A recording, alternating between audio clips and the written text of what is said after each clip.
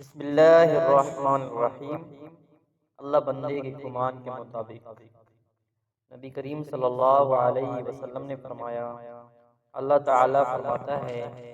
کہ میں اپنے بندے کے گمان کے ساتھ ہوں، اور جب بھی وہ مجھے یاد کرتا ہے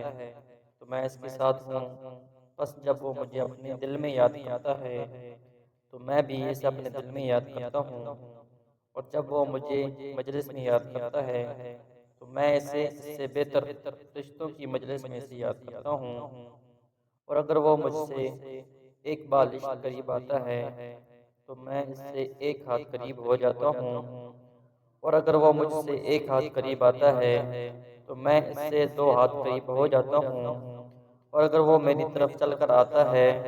تو میں اس کے پاس دوڑ کر آ جاتا ہوں،